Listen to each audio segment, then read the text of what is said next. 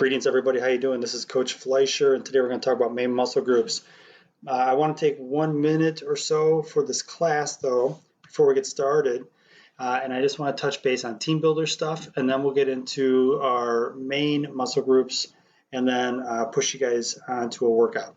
So by now, this should look very familiar to you. We're going to be using this as a platform for me to deliver content and for you to then communicate back to me that you've completed workouts. And that's where you receive points for participation in this class. 5 points per class, 1680 points. You get an idea of how many points are at stake here. Now, with Team Builder, if you don't have that up or have an issue, or you're having a challenge getting this on your phone in the app, let me know, send me an email, and we can go ahead and work something out to try to make this work for you. But this is where all the magic happens. You click on one of these exercises, for example, and it pops up a screen like this, and you fill in your weights and you click save. That save button, whether it's a round icon with a check mark in it, or it's filling in some type of rep requirement, how many reps you completed, is important and you click that save, because I then get that feedback that you've completed the workouts, and that's when I can award points for participation in this class. Now, moving on. For the muscle groups, there's so many different ways you can kind of break up the body, but we're going to keep this simple to start off, right? If we do this alphabetically of arms, back, chest, core, legs, shoulders, 6 of them, straightforward, simple, easy. Now, if we look at this and go a step further, well, shoot, you can break the arms out into biceps, triceps, and forearms. Yeah, okay, so back, you have latissimus dorsi, lat pull, rhomboids, those are the muscles in between the shoulder blades. If you think about different exercises now, you could probably start to put together like erector spinae, hyperextensions for low back, rhomboids. I'm doing a rowing exercise, and latissimus dorsi, I'm doing a lat pull down, which you'll have exposure to this in the class. With chest, you have pec minor, pec major, and then with core, oh my God, there's so many different exercises and different muscles that tie into the midsection that the core is pretty involved in how much you can do, right? So rectus abdominis has a six-pack you normally see up front. Right now with COVID going on, everybody's gained like COVID-19, 19 pounds. I have to think that the six-pack for many of us is hiding, at least for me it is. The obliques on the side of the body, and then erector spinae on the back of the body. Legs, we can break that out into glutes, quadriceps, hamstrings, and calves. And you can just kind of visualize your body and those different parts that make up the legs, and then shoulders, right? You have deltoids or delts, which you have 3 heads there, rotator cuff group, which is more of a stabilization muscle group, and then you have other small stabilizers further embedded in the muscle or in the shoulder to help stabilize it. So let's kind of dig into this, right? If we look at arms, some exercise selection you can have is dumbbell bicep curls, dumbbell triceps extension. A cable crossover is another piece of equipment you can use for either bicep curls or tricep pushdown. All right, so with that, you have arms, you have 4 different exercises already built in just from 2 different types of modalities, modality being dumbbell or cable crossover. On the back, I alluded to this earlier with latissimus dorsi, you have lat pull down, where you're seated and pulling down, seated row, and you look at like a seated row, either cable or elastic band or a one-arm dumbbell.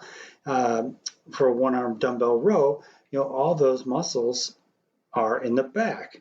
Now, what you're seeing with our workouts is a little bit different, right? Like you can do push-ups, but it might be difficult to do a barbell bench press if you don't have the equipment. So we're making some adaptations for this class to accommodate the fact that many students might be working out without equipment. It might be more calisthenic based.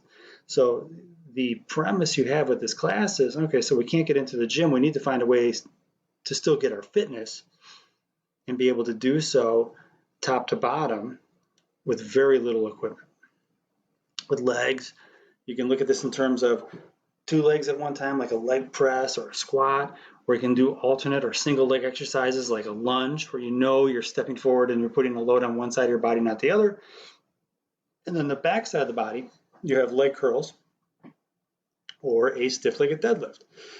Leg extensions, where you're seated and bringing the toes up towards the ceiling, is another exercise that's very common for working the quadricep group, muscles on the front of the thigh. Take it a step further now with shoulders, right?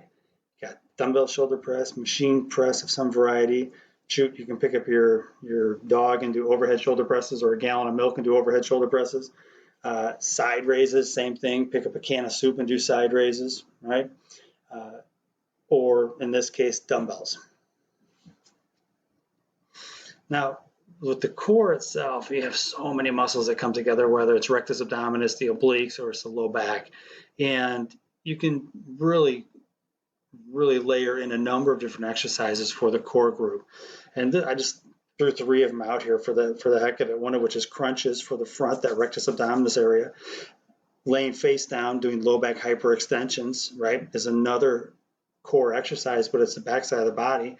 And planks, those are very common now for people to do in their exercise and routines and their workouts. And it's a static exercise where you're holding in or pulling a belly button into the spine to work transverse abdominis, as well as rectus abdominis, as well as erector spinae in the back, to hold yourself in a horizontal position to the floor. It's challenging, don't get me wrong. It asks the body to do a lot, but realize these hit the midsection differently. And there's a whole myriad of different exercises that hit the midsection differently as well. So here's an example of a workout that you normally see in a gym, right? And I tried the juxtaposition, left side, right side, dumbbell bicep curls, cable crossover bicep curls, cable crossover tricep push down, dumbbell triceps extension, right? So you can kind of compare these back and forth, left to right, exercise to exercise, whether it's dumbbell chest press to bench press or leg curls to stiff leg deadlift. In this exercise order, you're hitting the same muscle groups, but differently because you're using a different modality, a different type of exercise. So wrap yourself around the basic 6 that we just talked about. Realize you can subcategorize those, and then with each subcategorization, you can start jumping into your exercise selection. Have yourself a great workout.